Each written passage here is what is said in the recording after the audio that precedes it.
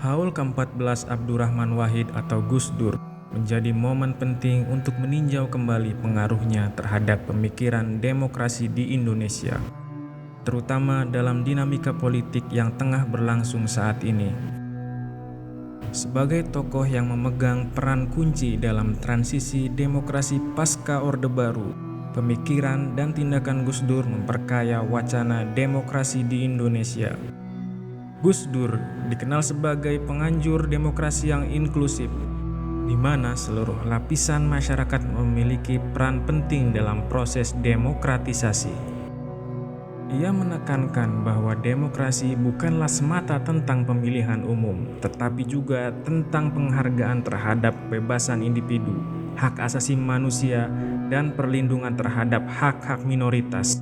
Selain itu, Gus Dur memperjuangkan konsep demokrasi beragama, di mana keberagaman agama di Indonesia harus dihormati dan dijadikan sebagai kekuatan untuk menciptakan kedamaian dan keadilan sosial.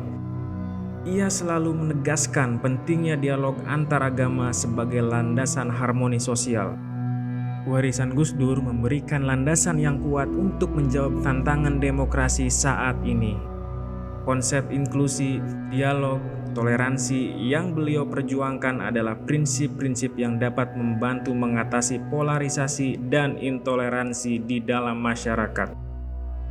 Mendorong partisipasi aktif masyarakat dalam proses politik, terutama dari kelompok minoritas, dan memperkuat kesadaran akan pentingnya demokrasi dalam kehidupan sehari-hari adalah langkah-langkah awal yang vital.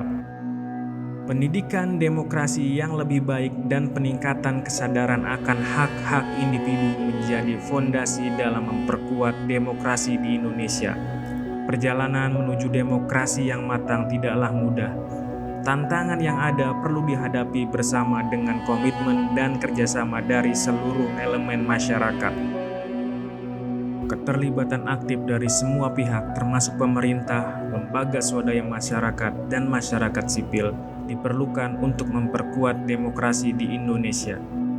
Dalam konteks Haul ke-14 Gus Dur, harapan dan tantangan saat ini menjadi landasan untuk meneruskan perjuangan beliau dalam membangun demokrasi yang inklusif, adil, dan beradab di Indonesia. Menghormati keberagaman dan memperkuat partisipasi masyarakat dalam proses politik adalah wujud nyata dalam melanjutkan perjuangan beliau. Melalui komitmen bersama, kita dapat memperkuat fondasi demokrasi di Indonesia dan mewujudkan visi Gus Dur dalam sebuah masyarakat yang harmonis dan sejahtera.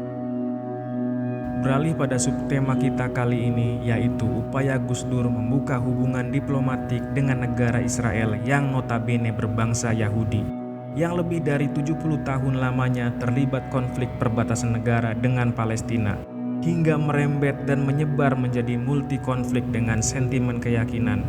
Dari titik inilah awal mula Gus Dur berinisiatif membuka keran dialog dengan Israel guna mencapai perdamaian di jalur Gaza. Berikut kami sampaikan kisahnya. Gus Dur merupakan tokoh Islam di Indonesia. Ia lahir dari keluarga kiai dari pondok pesantren. Ia juga seorang pemimpin ormas Islam terbesar, yaitu Nahdlatul Ulama. Namun, ia jauh dari stereotip bahwa pemimpin Islam harus memusuhi Israel. Sebaliknya, ia dekat dengan Israel. Dari sejumlah upaya dan perjuangan Gus Dur dalam mendamaikan Palestina dan Israel, dapat dikatakan bahwa jauh sebelum ia menjadi Presiden RI, Gus Dur sudah melakukan diplomasi dengan Israel secara langsung. Perbedaannya, ketika masih menjadi aktivis perdamaian dan Ketua Umum PBNU, Gus Dur melakukan upaya tersebut melalui jalur diplomasi kultural. Sedangkan ketika ia menjadi Presiden RI, diplomasi dilakukan secara government to government. Pada tahun 1994, Gus Dur pernah diundang secara langsung oleh Perdana Menteri Israel Yitzhak Rabin untuk menyaksikan penandatanganan perjanjian damai antara Israel dan Yordania. Saat itu Gus Dur bertemu dengan orang Yahudi, Arab, Muslim, Kristen, dan ia merasakan hasrat yang sama dari mereka. Mereka mengatakan kepada Gus Dur, hanya mereka yang berada dalam keadaan perang yang bisa merasakan apa kata damai. Juga kalangan elit, mereka pun menginginkan perdamaian.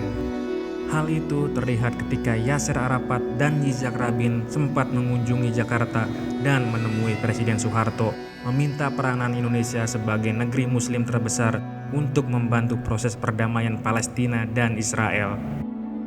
Gus Dur bukannya tidak tahu bagaimana penderitaan rakyat Palestina. Ia paham benar konflik yang terjadi di sana.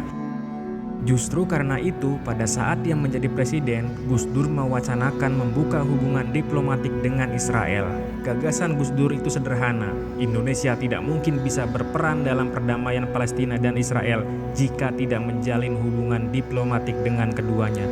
Selain itu, Indonesia di bawah kepemimpinan Gus Dur punya kepentingan taktis.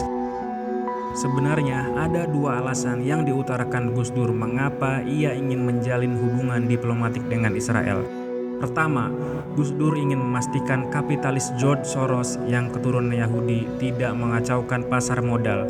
Kedua, ingin meningkatkan posisi tawar Indonesia di Timur Tengah. Sebab selama itu, Timur Tengah tidak pernah membantu Indonesia menghadapi krisis. Daya dan posisi tawar Indonesia saat ini semakin kuat di tengah bangsa-bangsa Arab. Mereka kerap meminta bantuan kepada Indonesia untuk menghadapi konflik-konflik yang ada.